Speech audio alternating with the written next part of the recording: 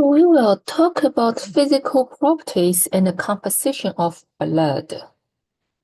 As you may know, blood is a somewhat complicated material because of its composition. And there are a lot of information can be said about the blood. However, we are not going to go through all of them. And in this lecture, we will only focus on the information that is needed for this class, this biotransport class. And when we talk about the physical properties and the composition, we really needed to put the blood into perspective. So imagine this is a blood vessel, so you have blood in it. And when you look at the blood vessel, it's not a rigid wall. The blood vessel are actually made of epithelial cells. So maybe I should remove these two lines and actually replace them with cells. So there is no like wall, like no wall material, and the walls is made of epithelial cells. Sorry, endothelial cells. I misspoken previously. I meant to say endothelial cells. And etc. So those are blood vessels. And you can see there are gaps between neighboring cells, and the gap size depends on which part of the body it is. Some part of the body, the distance between neighboring cells are large and sometimes it's smaller. And because of the size of the gap and also because the composition of blood, we know that blood, it has proteins, it has red blood cells, the variety of substance. Some of them may go through the gap and go to the tissue and other parts of the body, and some of them may not. And that's why the discussion for today is relevant, that we needed to know what's the composition of blood and why it is important for our following discussion. And the second component we are going to discuss is the rheology of blood, means it's a non-Newtonian fluid, and then where did the viscosity come from? So let's look at the general composition. So blood, you can think of it is composed of two parts. One is called the plasma. Plasma is the fluid part of the blood. So it's not necessary to be like pure fluid. It has a lot of like electrolytes, ions, proteins, but it's anything without cells. So plasma is blood without cells. And it's roughly 55% of blood volume.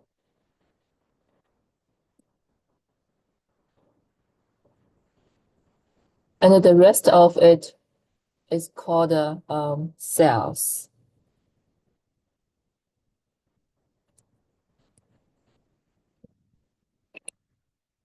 So it's 45% of blood volume.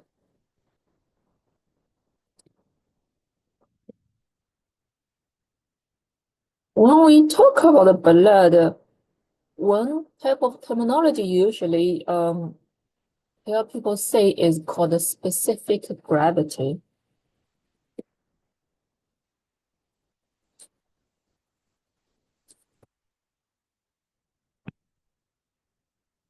So you abbreviate it as SG. It is defined as the density of the sample you are looking at versus the density of reference.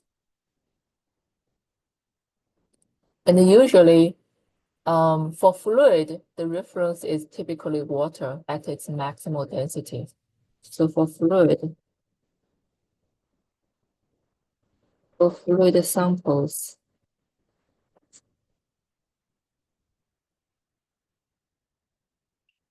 the reference is water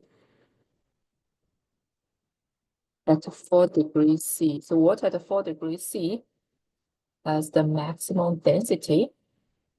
Its density rho water, 1 gram per centimeter cube. So the specific gravity is the ratio between two densities. So it's a non-dimensional number. And for whole blood,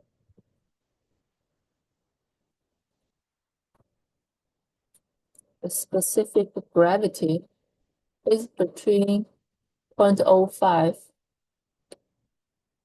to 0.06.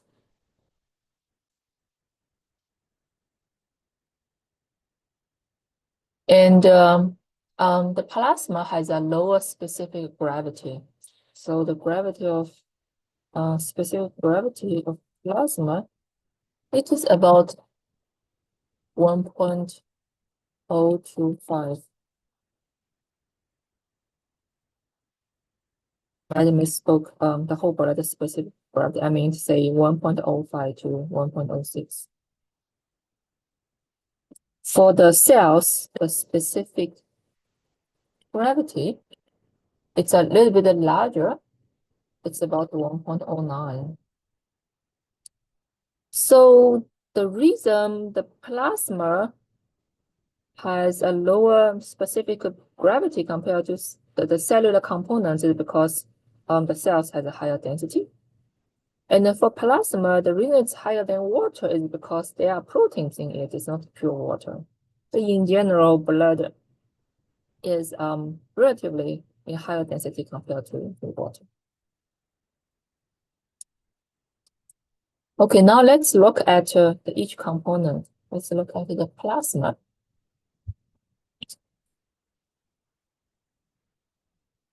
It is the fluid component.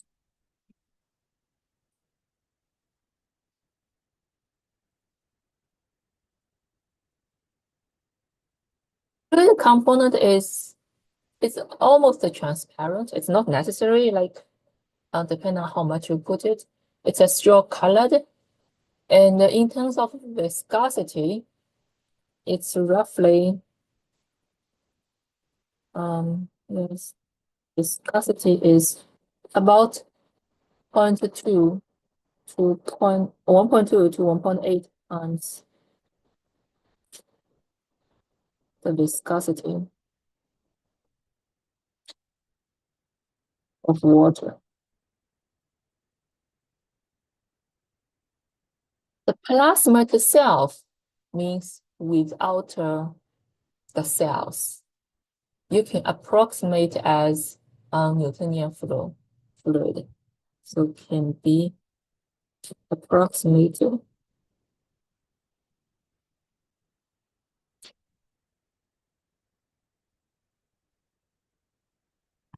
as Newtonian fluid. So Newtonian fluid is a fluid that has a constant dynamic viscosity. So the shear stress and the strain rate, the ratio of these two is always a constant. So we just said that the plasma is full of proteins, and there's a lot of them, and we won't go through all of them. And let's look at a few proteins that dominates in the plasma. So let's look at the three most abundant proteins. So they are albumin, globulins, and fibrinogen.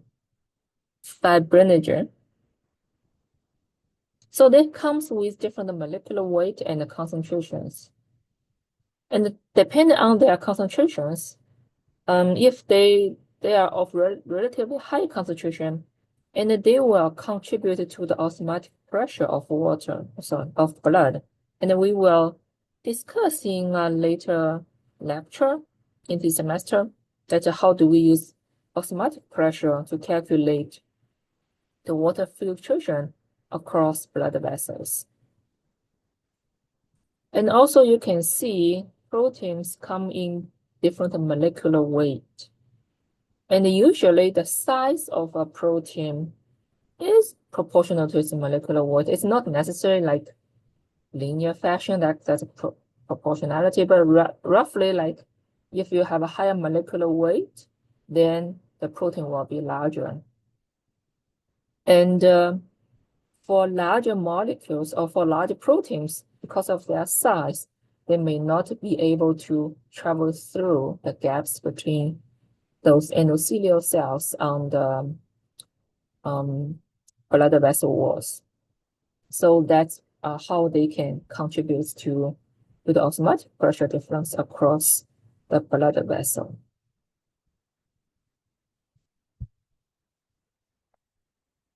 So when we talk about the plasma, for the purpose of this course, what is relevant is the protein in it that contributes to osmolality, and also depend on the size of the protein. The other is its viscosity. Because of its lack of cells, you can approximate as Newtonian fluid, but with a little bit higher viscosity compared to water. Now let's look at the cellular components of blood.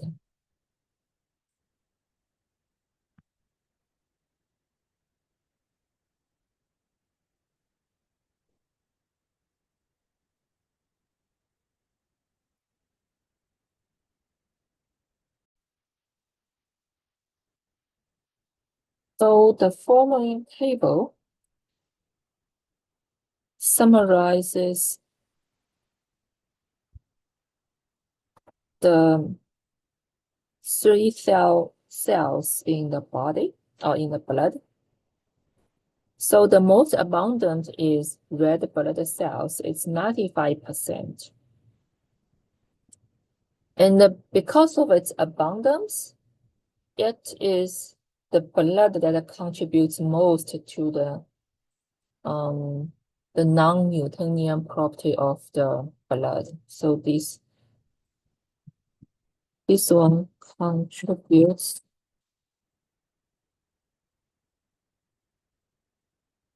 most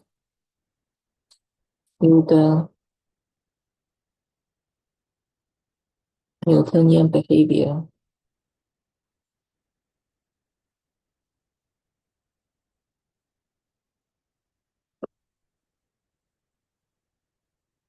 And the red blood cells, we know that they also carry oxygen. This is the main function of red blood cells. And then in later sessions of the semester of this course, we will discuss oxygen transport in the body, and which has a lot to do with red blood cells. And for the purpose of this class, what we needed to know about the red blood cells are mainly two perspectives. One is it carries oxygen, and there will be lectures about that. And also second, they contribute to the non-Newtonian behavior of fluid, and it basically increased the viscosity of the blood. And there are also other cells like platelets and white blood cells. Because of their small abundance, they have much less contribution to the physical properties of the blood.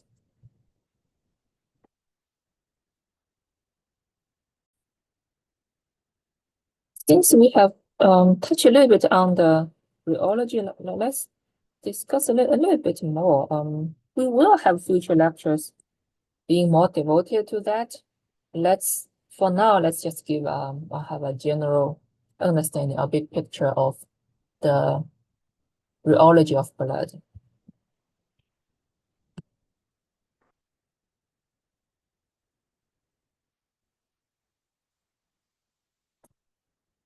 So it's a non-Newtonian fluid, and specifically it has a property we call the shear thinning.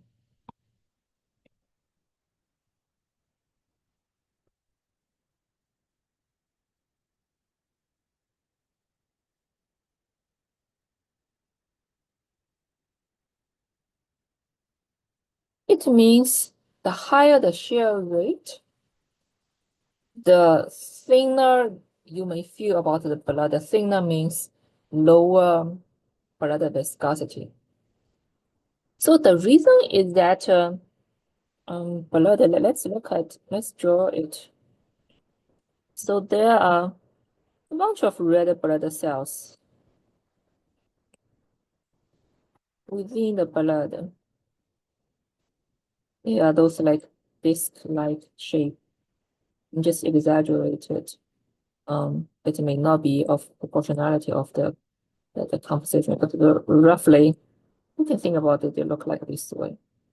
They are flexible and they fill out the blood vessel.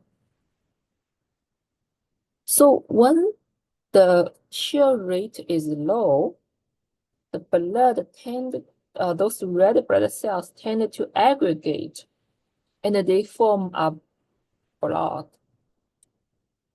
And this may, and at extremely low shear rate or at a static. So if you think about just you put a blood sample and you are not shearing it at all. So you just like put them under the gravity. Because of the higher specific gravity, you will aggregate. And they give you this like solid like behavior. And at this stage, at a very low shearing rate, it behaves like a piece of soft solid, and you need some minimal shear stress to break it. And that's why they have a higher viscosity at a lower shear rate. However, when the shear rate increases, when it started to flow, so it start to move around, they don't aggregate as in static case, and they start to move. And the faster they move relatively, and the higher the shear rate, the more easier it is for them to go through. So that's why at a higher shear rate, it has a lower viscosity. And then later we will have a specific curve to describe the relation between the shear rate versus the viscosity. So right now, what you needed to remember is that the red blood cells contributes to its viscosity, and the apparent viscosity of the whole blood depends on the shear rate. This is for the whole blood. But if you only look at the plasma part of the blood, if you remove all the cells, you can still approximate the plasma itself as a Newtonian fluid.